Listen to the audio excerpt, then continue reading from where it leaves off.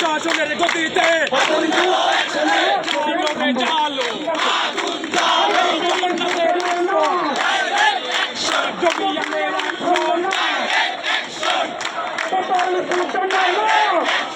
এবার ৩ দফা দাবি আদায় না হওয়া পর্যন্ত ক্যাম্পাস শাটডাউন ঘোষণা করল জবি শিক্ষার্থীরা।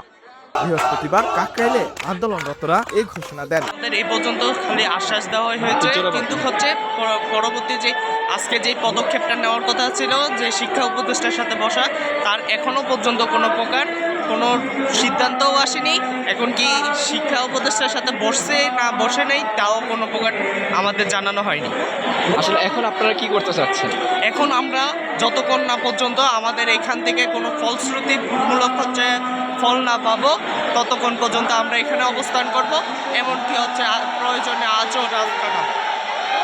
দেখছি যে আসলে আপনাদের শিক্ষকরাও কিন্তু এখনো এখানে আছেন, তারা আপনাদেরকে সংহতি জানাচ্ছেন। তো আসলে এই ব্যাপারটাকে কি বলছেন আপনি? জি অবশ্যই, আমাদের টিচাররা আজ আমাদের নিজেদের কষ্ট বুঝছে, কেননা আমাদের প্রতিটি মিডেই দেখা যাচ্ছে কিছু না কিছু স্টুডেন্ট অসুস্থ হয়ে পড়ে, যার কারণে তারা কোনোভাবেই হচ্ছে পরীক্ষা দিতে পারে না। কেননা হচ্ছে যে পুরান ঢাকার অস্বাস্থ্যকর পরিবেশ আছে, তাতে থাকতে থাকতে মানুষদের একদম পুরো প্রতিটা স্টুডেন্টেরই এখন হচ্ছে একদম হচ্ছে ভীতিকর অবস্থা আছে। এর আগে গতকাল ৩ দফা দাবিতে প্রধান উপদেষ্টার বাসভবন অভিমুখে লং মার্চ টু যমুনা কর্মসূচি পালন করে তারা। সেখানে পুলিশের বাধার মুখে পড়ে লাঠিচার্জ, টিয়ারশেল ও সাউন্ড গ্রেনেড দ্বারা আহত হয় অনেক শিক্ষার্থী।